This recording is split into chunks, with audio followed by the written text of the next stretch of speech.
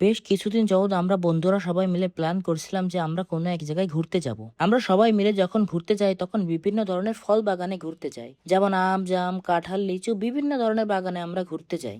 আমরা আগে একবার ড্রাগন বাগানে ঘুরতে গিয়েছিলাম, যে ভিডিওটা আমি আপলোডও করেছিলাম। তো আজকে আমরা প্ল্যান করলাম যে আমরা আখ বাগানে যাব ঘুরতে। যেমন ভাবনা তেমন কাজ, সকলে মিলে রওনা হলাম আখ বাগানের উদ্দেশ্যে। এই আখ বাগান আমাদের বাড়ি থেকে প্রায় 8 থেকে 9 কিলোমিটার দূরে। এই আখ বাগানে আমাদের ভিতর শুধু আমি আগে একবার এসেছিলাম। যেহেতু আমিও বেশ আগে একবার এসেছিলাম, তাই আমারও খুব একটা মনে ছিল না যে এই আখ বাগানটাতে কোন দিক দিয়ে যেতে হবে। বেশ খানিকটা ঘোরাঘুরির পর তারপর আমরা আখ বাগানে পৌঁছালাম। এসেই দেখি দুইটা ছেলে 2 আটি আখ কিনে নিয়ে যাচ্ছে। এই আখগুলোর দাম মোটামুটি খুবই কম। আমরা তাদের কাছে জিজ্ঞেস করেছিলাম যে এই আখ কত দিয়ে কিনেছে। তারা আমাদের বলল 4 থেকে 5 টাকা করে পিস পড়েছে তাদের। যেহেতু কিছুদিন খুব ভালো পরিমাণে বৃষ্টি হয়েছে, তাই রাস্তাঘাট সব জায়গায় অনেক পরিমাণে কাদা। যেহেতু এই আখ বাগানে যাওয়ার জন্য কোনো পাকা রাস্তা নাই, তাই এখানকার মাটির রাস্তা দিয়েই আমাদের যাওয়া লাগবে। যেহেতু মাটির রাস্তা, সেহেতু এই মাটির রাস্তায় এই বৃষ্টির কারণে অনেক কাদা হয়েছে। এরপর আমরা আমাদের জুতা হাতে নিয়েই এই রাস্তা দিয়ে হাঁটা শুরু করলাম। এই আখ বাগানটি নদীর একবারে পাশে অবস্থিত।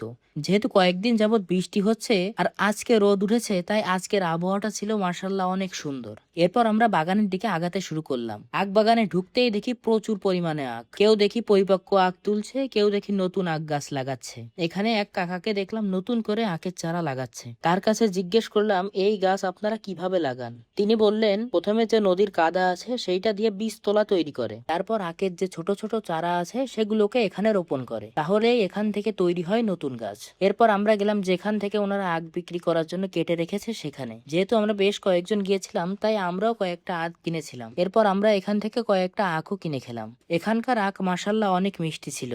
এরপর আখ খেয়ে আমরা সামনের দিকে যেতেই দেখি কয়েকটা ছোট ছেলেরা মাছ ধরছে। এরপর আমরা দেখলাম এখানে তারা বিভিন্ন ধরনের মাছ পেয়েছে। এখানে দেখি তারা কয়েকটা ট্যাংরা মাছ, কয়েকটা বেলে মাছ আর একটা শিং মাছ পেয়েছে। তারা এই মাছগুলো এখানকার এই আখ বাগানের ভেতর থেকে ধরেছে। নদীতে যখন জোয়ার হয় তখন এই মাছগুলো এই আখ বাগানের ভিতর নালা দিয়ে ঢুকে পড়ে, আর তারা এই মাছগুলোই ধরছিল। এরপর আমরা এই ছোট ছেলেদের সাথে এই আখ বাগানটা আরো ঘুরে দেখলাম। এই আখ বাগানটা অনেক বড়, আর এখানে বিভিন্ন ধরনের আখ রয়েছে। কোথাও লাল আখ, কোথাও সাদা আখ।